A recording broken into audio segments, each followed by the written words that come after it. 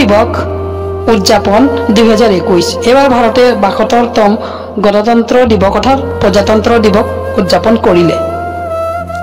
কিন্তু আমি গণতন্ত্ৰ দিৱস কাৰ কাৰণে উদযাপন কৰিবলৈ পাইছো সেয়া আমি বহুতে নাজানো। গতিকে আজি মই থুলমূল এটা আভাস ধৰিম যে কোনে এই গণতন্ত্ৰ দিৱস উদযাপন কৰিবৰ কাৰণে আমাক সুবিধা দিছে, অৰ্থাৎ কিয় আমি গণতন্ত্ৰ দিৱস উদযাপন কৰোঁ তাৰ নেপথ্যত আমি কি কি কথা আছে সেয়া আজি মই এই ভিডিঅ'ৰ দ্বাৰা আপোনাক জনাম।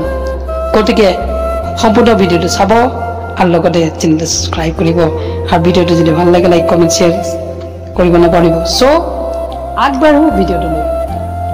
আমি সকলোৱে জানো যে ২৬ জানুৱাৰী ১৯৫০ চনত ডক্টৰ বি.আৰ. আম্বেদকাৰ দ্বাৰা ভাৰতৰ সংবিধান ভাৰতত বলবৎ হয় আৰু ভাৰত এক লোকতান্ত্ৰিক স্বতন্ত্ৰ গণৰাজ্য হিচাপে ঘোষণা কৰা হয়।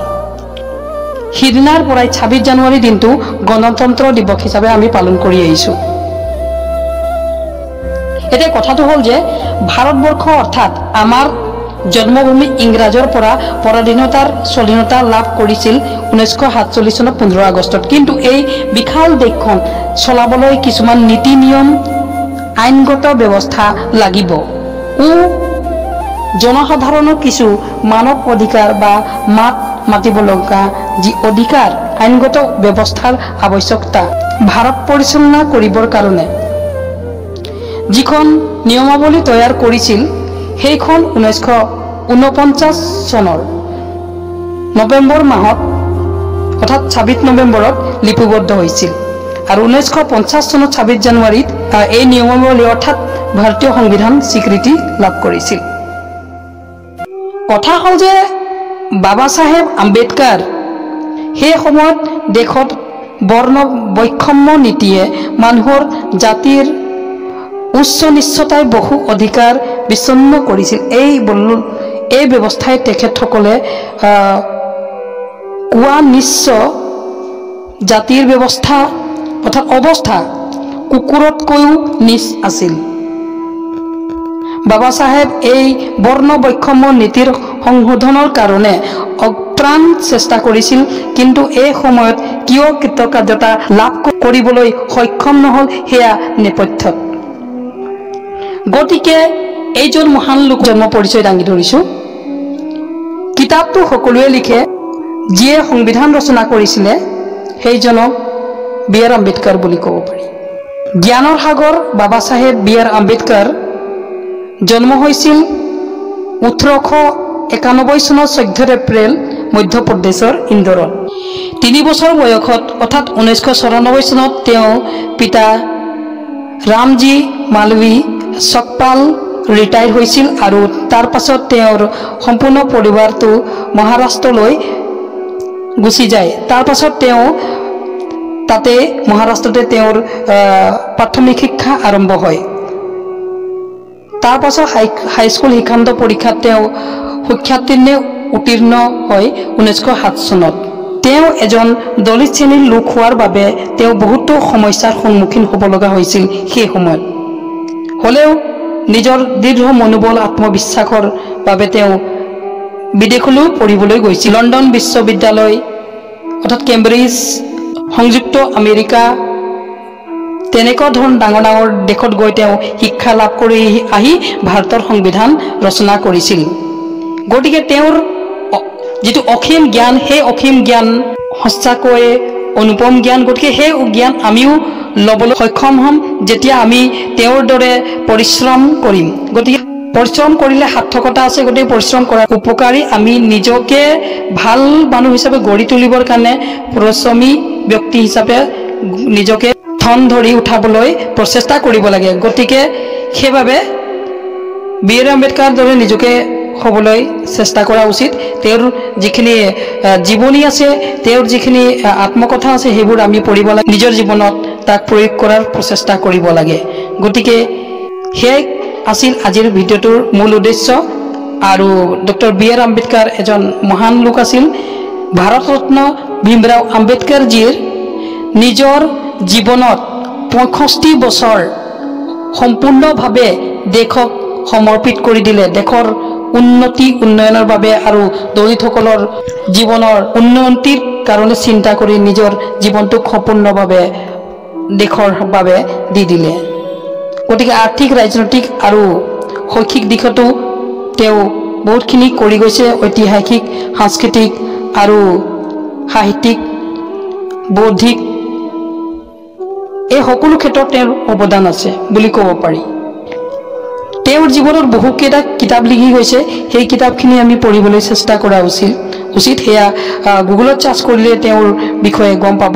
ডক্টৰ ভীমৰাও আম্বেদকাৰ জীৰ বুকছ বা ডক্টৰ ভীমৰাও আম্বেদকাৰ বুকছ বুলি তেওঁ চাৰ্চ কৰিলে গোটেইখিনি তেওঁৰ কিতাপখিনি পঢ়িবলৈ পাব। তেওঁ বহুখিনি অৱদান আছিল। আগতে কৈছিলোঁ 1948 চনত বি.আৰ. আম্বেদকাৰ ডায়েবেটিছ ৰোগত আক্ৰান্ত হয়। জুনৰ পৰা আৰম্ভ কৰি অক্টোবৰ মাহলৈকে 1954 চনলৈকে বহুত বেমাৰ হৈ পৰে। সেই সময়ত তেওঁৰ দৃষ্টিশক্তি একেবাৰে দুৰ্বল হৈ পৰে। ৰাজনৈতিক যিখিনি সমস্যা, সেই সমস্যাবোৰক লৈ তেওঁ বহুত চিন্তিত হয় আৰু তেওঁৰ লাহে লাহে স্বাস্থ্য একেবাৰে বেয়া হৈ পৰে। 1955 চনত কৰা একেৰাহে কামৰ ফলত তেওঁ একেবাৰে দুৰ্বল হৈ পৰে আৰু তেওঁৰ অন্তিম পাণ্ডুলিপি ভগৱান বুদ্ধক আৰু নিজৰ ধৰ্মক সম্পূৰ্ণৰূপে দান কৰি 3 দিনৰ পাছত অৰ্থাৎ 6 ডিচেম্বৰ 1956 চনত বি.আৰ. আম্বেদকাৰ পৰলোকগামী হয়। এইজন মহান লোকৰ 14 এপ্ৰিল দিনটো আম্বেদকাৰ জয়ন্তী হিচাপে উদযাপন কৰা হয় আৰু 6 ডিচেম্বৰ তেওঁৰ এটা বিশাল আয়োজন কৰা হয়। গতিকে তেওঁক আমি সেই দুটা দিনতে স্মৰণ কৰোঁ। বি.আৰ. আম্বেদকাৰে অৰ্থাৎ বাবা চাহেব আম্বেদকাৰে সেই সময়ত যিখিনি বিচাৰিছিল বৰ্তমান কিন্তু সেয়া ফলৱৰ্তী হৈছে। তেওঁৰ মৃত আত্মাই নিশ্চয় শান্তি লাভ কৰিব। আগলৈ আৰু যদি ভীমৰাও আম্বেদকাৰজীৰ বিষয়ে বিতংভাৱে জানিবলৈ বিচাৰে তেনেহ'লে কমেণ্ট বক্সত জনাব। আজিলৈ এখন ভিডিঅ' ইমানতে সামৰি মানিছোঁ। জয় ভাৰত, জয় সংবিধান। राष्ट्रपति महोदय, सर, मैं ड्राफ्टिंग कमेटी द्वारा निश्चित की हुई संविधान की रूपरेखा को प्रस्तुत करता हूं और निवेदन करता हूं कि इस पर विचार किया जाए।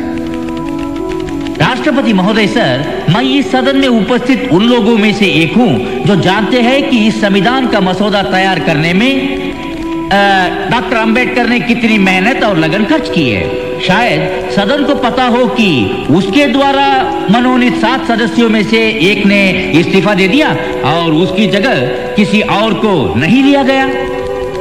एक सदस्य थे अमेरिका में, तो उनकी जगह भी खाली रही और एक और सदस्य अपने कुछ कामों में, राज्य के कामों में व्यस्त रहे, इसलिए उनकी जगह भी खाली रही। 1 या 2 सदस्य दिल्ली के बाहर थे और शायद सेहत की वजह से शामिल न हो सके। इसलिए आखिर में हुआ यूं कि मसौदा तैयार करने का सारा भार आ पड़ा डॉक्टर अंबेडकर पर। और मुझे कोई शक नहीं कि हम सब उनके अनुग्रहित हैं। मुझे जो भी श्रेय दिया जा रहा है वो मेरे अकेले का नहीं है। इसका कुछ हिस्सा जाता है सर B.N. राव को, जो कि हमारी इस सभा के संवैधानिक सलाहकार हैं, जिन्होंने ड्राफ्टिंग कमेटी के विचार करने के लिए संविधान का कच्चा मसौदा तैयार किया। इस श्रेय का कुछ हिस्सा उस ड्राफ्टिंग कमेटी के सदस्यों को भी जाना चाहिए।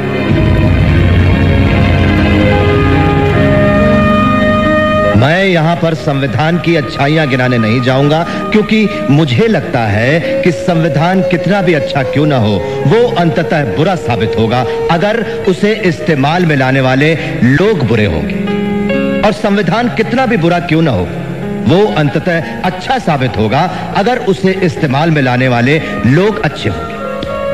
इसलिए जनता और उसके राजनीतिक दलों की भूमिका को संदर्भ में लाए बिना संविधान पर कोई भी निर्णय देना या कोई भी टिप्पणी करना मेरे विचार में व्यर्थ होगा। धन्यवाद।